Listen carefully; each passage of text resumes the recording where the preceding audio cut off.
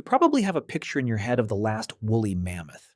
Somewhere frozen, somewhere vast and empty, ice stretching in every direction, a brutal prehistoric world where nothing survives unless it's enormous and armored and built for cold.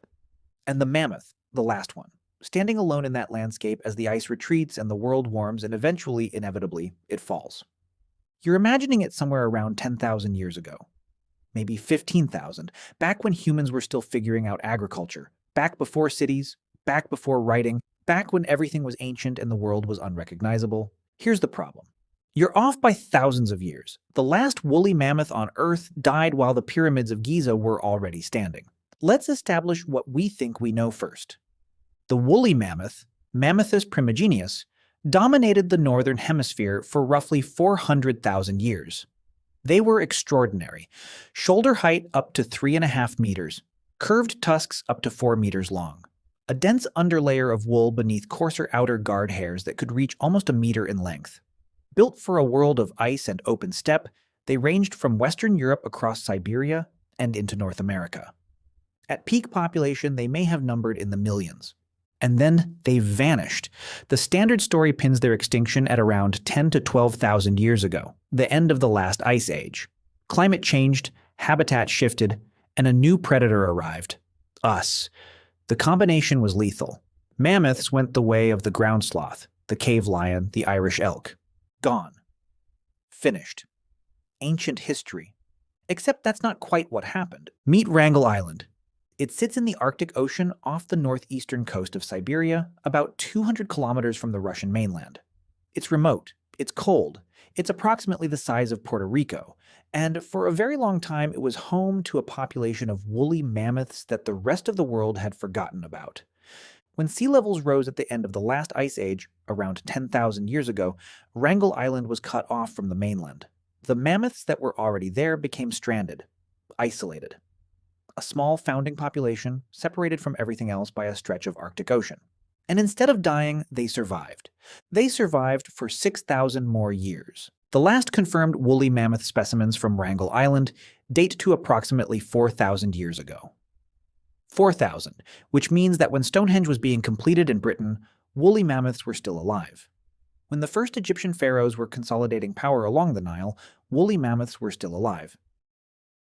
When the Epic of Gilgamesh, one of the earliest written stories in human history, was being composed in Mesopotamia, woolly mammoths were still alive. Not in the deep prehistoric past, in the historical past. But here's what makes Wrangel Island genuinely strange. The mammoths didn't just survive there, they changed. When large animals are isolated on islands with limited resources, something remarkable happens. They shrink. It's called island dwarfism, and it's one of the more counterintuitive phenomena in evolutionary biology. Smaller bodies need less food. Smaller bodies are easier to sustain on a resource-limited island. So, over generations, the island population trends smaller, not through any conscious process, but through the brutal, simple logic of who survives and reproduces when food is scarce.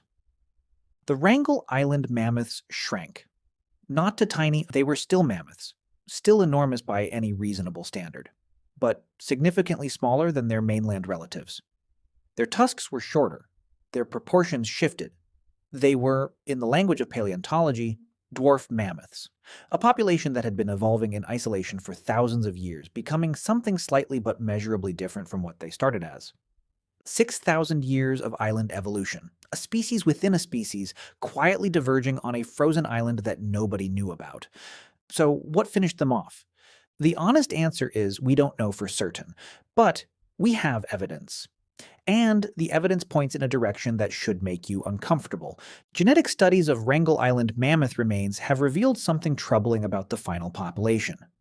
The last mammoths showed signs of what geneticists call genomic erosion, a degradation in DNA quality that accumulates in small, isolated, inbreeding populations over long periods of time. Harmful mutations that would normally be filtered out by natural selection in a large, diverse population persist and multiply when the gene pool is tiny. The mammoths were accumulating genetic damage. Their genome was unraveling. Some researchers estimate the final Wrangel population may have been as small as a few hundred individuals. Small enough that every mammoth on the island was closely related to every other mammoth. small enough that the genetic clock was running out regardless of external conditions. And then, possibly, humans arrived. Archaeological evidence suggests human presence on Wrangel Island beginning around 3,500 years ago, just a few centuries before the mammoths disappear from the fossil record. Whether that human presence directly caused the extinction, contributed to it, or simply coincided with a population already in terminal decline is still debated. But the timing is not comfortable. Here's the thing that should stay with you. The Wrangel Island mammoths weren't a prehistoric footnote. They were a living population, a surviving remnant of the Ice Age, still walking, still breathing while human civilization was happening. And we have no record of anyone knowing they were there. No ancient Egyptian wrote about mammoths. No Mesopotamian tablet records an expedition to the Arctic island where giants still lived. The civilizations that were building monuments and developing writing and sailing the Mediterranean had no idea that 4,000 kilometers to the northeast, on a frozen island in the Arctic Ocean, the last survivors of the Ice Age were quietly going extinct. Two worlds completely unaware of each other. One building pyramids, one dying. The woolly mammoth extinction isn't a story about the ancient past swallowed by geological time. It's a story about isolation and genetic collapse and a species hanging on far longer than anyone suspected, in a place too remote to be witnessed. And when the last Wrangel Island mammoth fell, sometime around 4,000 years ago, in the Arctic cold, with no one watching, it ended an unbroken lineage that stretched back 400,000 years.